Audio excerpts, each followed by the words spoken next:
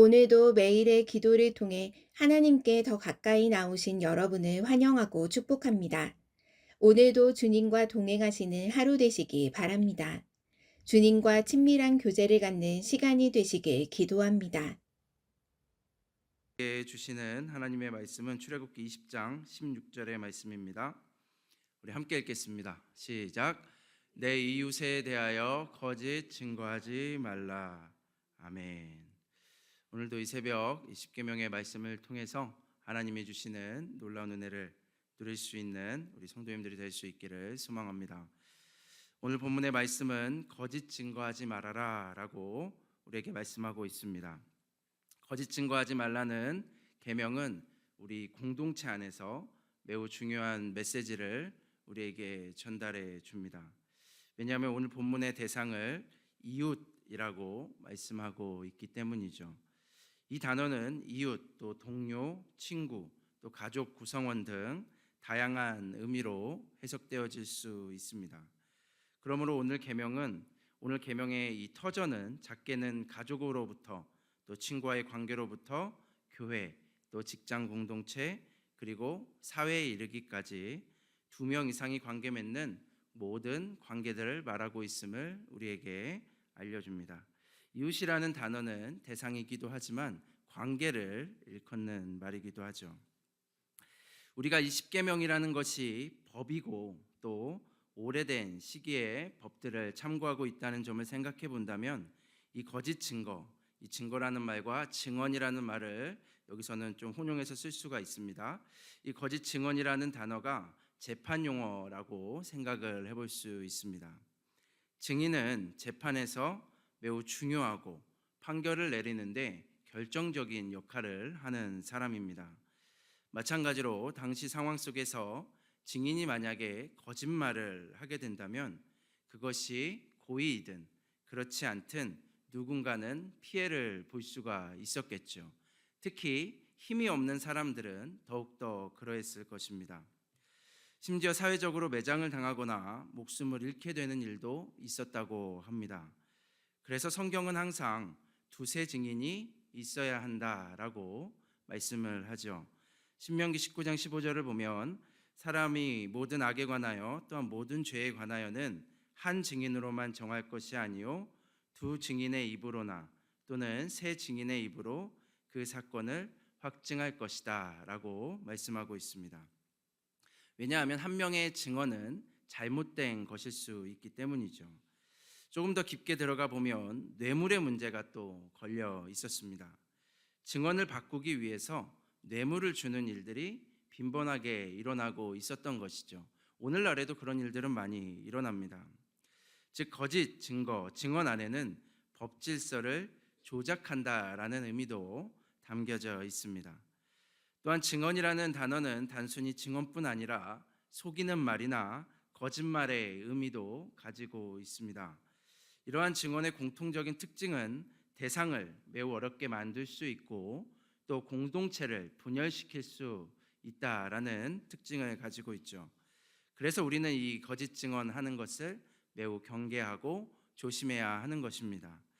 그렇다면 우리가 거짓 증거를 하지 않기 위해서 또 반대로는 올바른 증인의 삶을 살기 위해서는 어떻게 해야 할까요? 첫 번째로는 진리를 먼저 분별할 수 있어야 합니다. 진리라는 것은 항상 거듭 말씀드리지만 예수 그리스도이죠. 예수 그리스도께서 말씀하시고 보여주신 삶, 그 외에는 우리 기독교 안에서는 진리라고 말하지 않습니다. 예수님의 삶은 철저하게 사회적인 약자들, 병자들, 또 죄인들에게 초점이 맞추어져 있죠. 우리가 복음서를 쭉 읽어보면은 대부분 다 그런 내용들밖에는 들어있지가 않습니다. 예수님께서는 의사가 병든 사람에게 필요하다라고 말씀을 하십니다. 우리의 진료의 기준은 바로 이 초점에 있어야 하는 것입니다. 이 사실을 항상 우리는 기억하고 있어야 하는 것이죠. 우리 모두가 이 죄인이라는 고백이 우리가 약자들을 외면하는 수단이 되어서는 안 되는 것입니다. 우리는 때때로 우리의 기준에 따라서 우리를 부족한 사람으로 만들고 실제로 우리가 기준을 맞춰야 하는 그 세상의 많은 것들을 외면한 채 나를 위한 삶을 살아갈 때가 많이 있습니다. 나를 위한 신앙만을 가지고 있는 것이죠. 하지만 그건 역시 거짓 증언이 될 수가 있는 것입니다. 하나님 앞에서 우리는 우리의 부족함만을 토로할 때가 많이 있다는 것이죠. 예수님을 믿어서 정말로 그리스도인이 되고 또 자유인이 된다라고 하는 것은 곧 이타적인 사람이 된다라는 것을 의미하는 것입니다. 이제 나는 그 은혜로 족하기 때문에 이제 내가 세상을 향하여 나아가고 다른 사람을 향하여 나아가는 그러한 삶을 살게 된다는 것이죠. 세상 가운데에서 진리를 분별한다는 것은 매우 어려운 일이죠. 거짓 뉴스들과 속임수 또 험담이 만연한 것이 바로 세상입니다. 하지만 세상이 이렇다 할지라도 변하지 않는 것은 바로 예수 그리스도의 말씀과 삶이죠. 우리는 단지 이 혼란스러운 세상 가운데에서 그 예수님의 말씀에 따라 살아가면 되는 것입니다. 그런데 그것이 어쩔 수 없이 세상에 영향을 미치게 되는 것이죠. 주변에 치우치는 것이 아니라 예수님의 삶을 따르면 된다는 말입니다. 누가복음 13장 24절은 좁은 문으로 들어가기를 힘쓰라라고 말씀합니다. 즉 힘써야 한다는 것이죠. 믿는 사람은 많지만 좁은 문으로 들어가는 사람은 적다라고도 말씀을 합니다. 또한 16장 15절을 보면 너희는 사람 앞에서 스스로 옳다 하는 자들이나 너희 마음을 하나님께서 아시나니 사람 중에 높임을 받는 그것은 하나님께 미움을 받는 것이니라 라고 말씀을 합니다. 사람 앞에 서며 자신을 드러내는 사람은 결국 하나님 앞에서 미움받는 자가 된다라고 말씀을 하고 있습니다. 이 시간 나의 생각이 아니라 예수 그리스도를 묵상하고 그 삶을 따를 수 있는, 그래서 진리를 잘 분별하며 살아갈 수 있는 성도님들이 될 수 있기를 소망합니다. 두 번째로는 관계 안에서 겸손할 수 있어야 합니다. 오늘 본문의 대상은 이웃, 가족, 동료, 즉 모든 관계를 포함한다고 말씀을 드렸습니다. 우리는 사람과의 관계를 맺을 때 거짓된 관계를 맺으면 안 됩니다. 즉 거짓된 말들로 관계를 맺어서는 안 된다라고 하는 것이죠. 그리고 관계 안에서 거짓 증거하지 않기 위해서도 노력을 해야 합니다. 거짓 증거는 이익을 위해서 속이는 말, 다른 사람을 험담하는 것 등을 포함합니다. 우리는 사람이 수단이 되지 않게 하기 위해서 노력해야 합니다. 즉, 이 사람을 나를 위해 사용하려고 해서는 안 된다는 것이죠. 짧은 인생 속에서도 인간관계라는 것이 참 어렵다라는 사실을 느끼게 됩니다. 자신의 이익을 위해 살아가지 않는 사람들은 없습니다. 그런데 그 가운데에서도 희생하는 사람들이 있지요. 즉 다른 사람 아래에 서려고 하는 사람들이 종종 있습니다. 이것은 매우 의지적인 행동이죠. 변화된 행동이라는 것입니다. 왜냐하면 인간의 본성은 자신을 드러내기를 원하기 때문입니다. 바울은 고린도전서 9장 19절에서 내가 모든 사람에게서 자유로우나 스스로 모든 사람에게 종이 된 것은 더 많은 사람을 얻고자 함이라 라고 고백하고 있습니다. 즉 올바른 관계를 위해서, 복음을 위해서, 진리를 위해서 스스로 종이 되었다라고 말씀을 하고 있는 것이죠. 그리스도인의 관계라는 것, 또 우리 공동체라는 것은 바로 이렇게 서로가 서로에게 종되려고 하는 마음과 의지로부터 만들어지는 것입니다. 세 번째로 우리가 올바른 증인의 삶을 살기 위해서는 우리가 항상 그 증언을 하는 증인임을 기억해야 한다라고 하는 것입니다. 잠언 14장 5절을 보면 신실한 증인은 거짓말을 아니하여도 거짓 증인은 거짓말을 하느니라 라고 말씀하고 있습니다. 거짓 증언하지 말라는 말씀을 뒤집으면 옳은 증언을 하라라는 말씀이 됩니다. 우리는 항상 재판대 앞에 서 있는 사람과도 같습니다. 세상의 수많은 상황들 속에서 옳은 증언들을 하고 또 옳은 선택을 하며 살아가야 하는 사람들인 것이죠. 즉 세상 속에서 복음의 증인이 된다라고 하는 것입니다.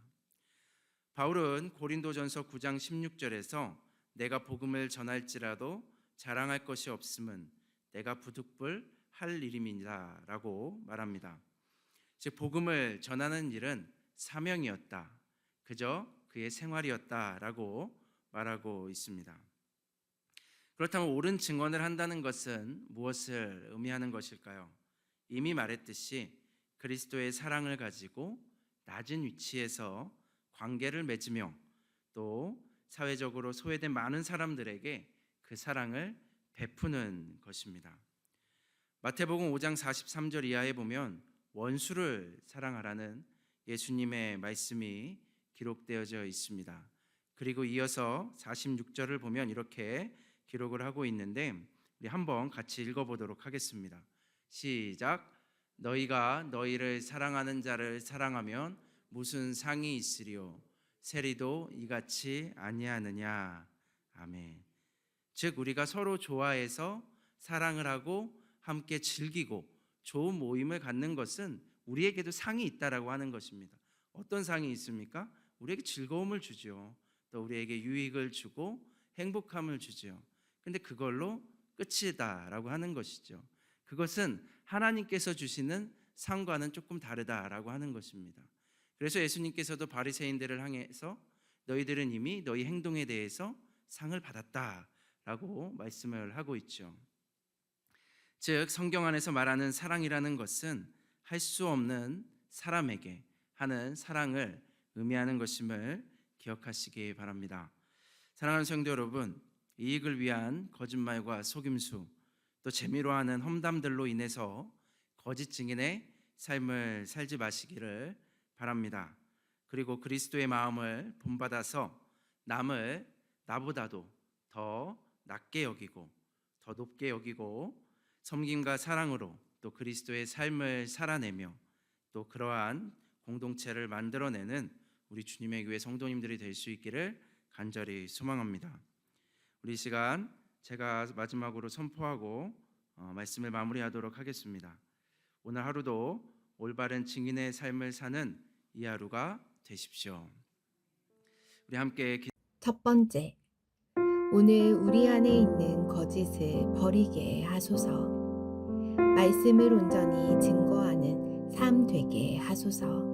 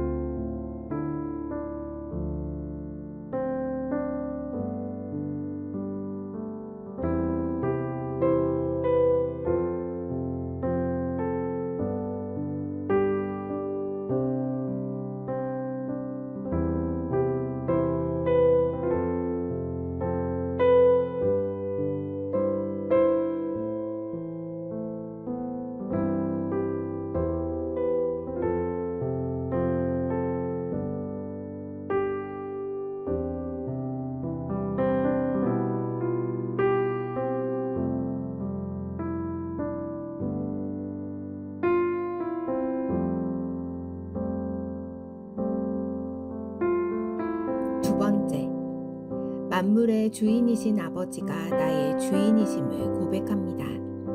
나를 주님의 뜻대로 인도하소서.